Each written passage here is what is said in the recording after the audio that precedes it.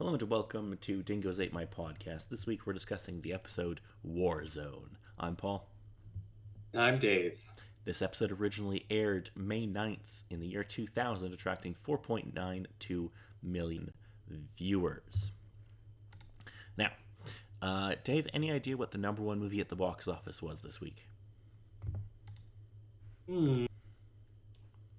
It only been a little while after that one. I wouldn't be surprised if Gladiator was still sitting up on top, though. I suppose from what you're saying, it was kind of there, but only kind of touched on it.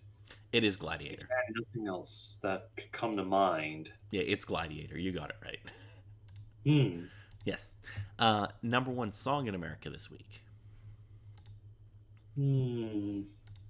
How long the other one is there? I'm thinking it would be something new, but not sure if anything would come to mind for what would be popular around the time. I'm just going to save you the effort here, Dave. It hasn't changed. It's Maria Maria by Santana featuring the Product G&B. And it will be for a while yet. It almost makes me want to actually look up the song and be like, oh, it's that one. I despise it. Let me put it this way. People in 2000 really liked this song. I don't know Almost why. in the case of that one particular year with Despacito. What year was Despacito? I'm thinking that would probably be a couple years later, possibly around 2012-ish or so. Sometime around then, I think it was. Let me look it up here quickly. 2017 apparently. Oh, okay, more around then. Let's see. How many weeks was it number one? Uh, duh, duh, duh, duh, duh. Despacito, primarily in the Spanish. Yeah, okay. So people like Despacito more because that was on number Completely one for understandable. 16 weeks. Yeah, But this song wasn't far off of that. Let's just say.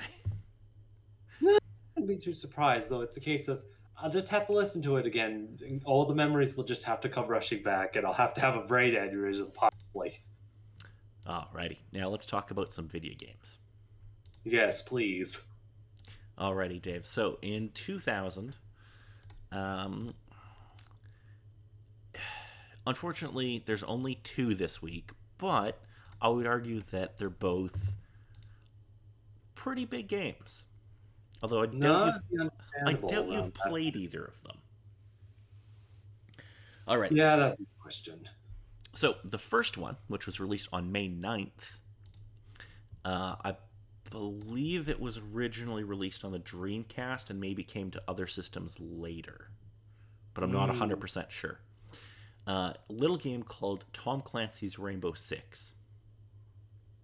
Oh, there we go. The particular episode with this one with your favorite character, and the video game has the guns and whatnots. Rainbow Six was such a good game. No, that's understandable. I don't think it's one that I've ever really explored that much. Oh, I was wrong. It actually came out on the N64 and PS1 and Windows before this. Dreamcast got it later for some reason. But I don't care. Rainbow Six is a lot of fun. Meh. It's so good. Also, uh, at the same, this would have been on a couple of days later on May 14th. We got a game on the Game Boy Color. From a little series you might be familiar with, it's a game called Bomberman Max. Okay. It's a Bomberman game, and Bomberman games are always welcome. Yes, very much true. Have you ever played much of like the Bomberman series, or Sadly, not that much. I knew of it, but it was only sparsely.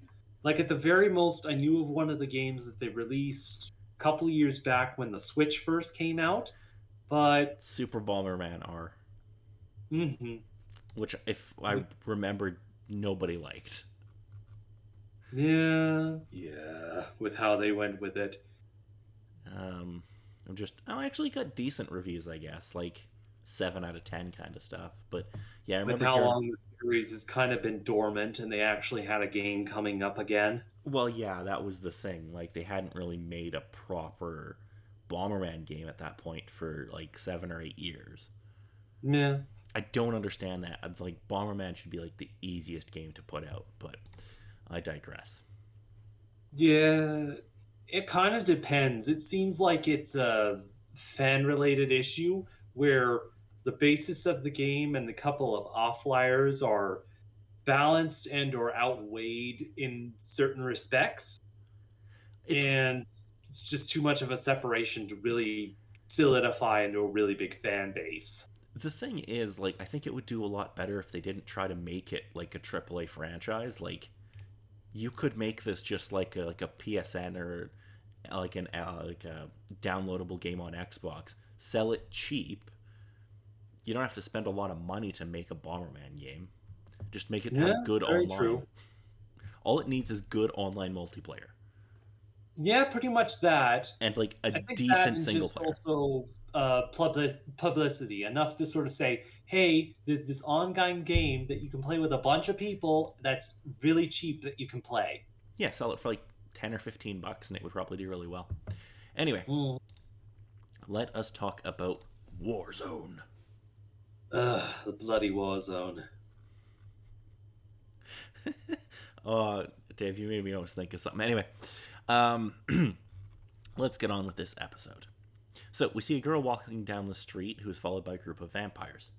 But when the vampires turn around, her brother Gunn, Charles Gunn, and many others are there armed and ready for a fight. Several are killed on both sides, and at the end, the vampires run off, leaving the humans to deal with the wounded. So, yeah, the case of it starts out as a typical Angel episode of a person getting stalked by vampires when, before the title scene, just a Yes. bunch of people in a truck covered in wooden stakes uh, pulls up and it's like, hello. It's like, what?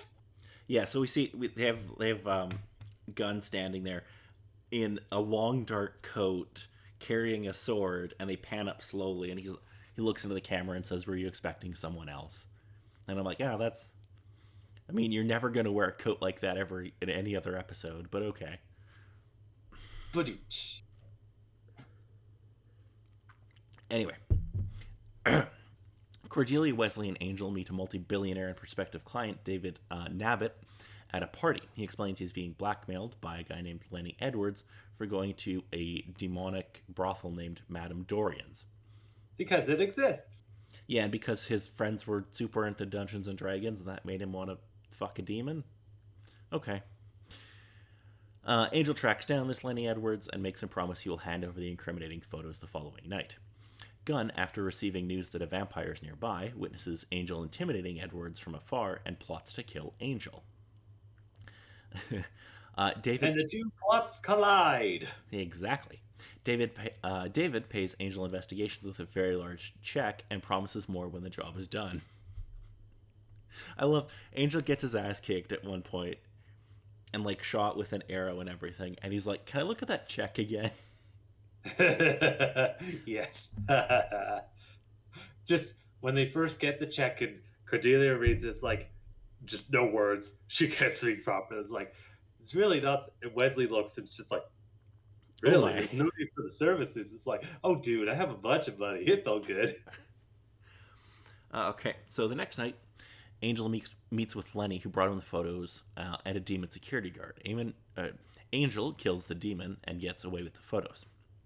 However, he gets staked in the chest by a couple of human gang members. He is chased and forced to run through the gauntlet of vampire killing weapons, which is a really cool sequence because they've like tricked this building out with all these like booby traps and stuff. Pretty much. There's the couple specific ones that are a little excessive and or I wouldn't say quite ridiculous, but kind of like, is that really your thought for taking out any particular vampire or any sort of case with it? You mean the board Like with like the half of the giant particular spikes in it traps that wouldn't falls work. down?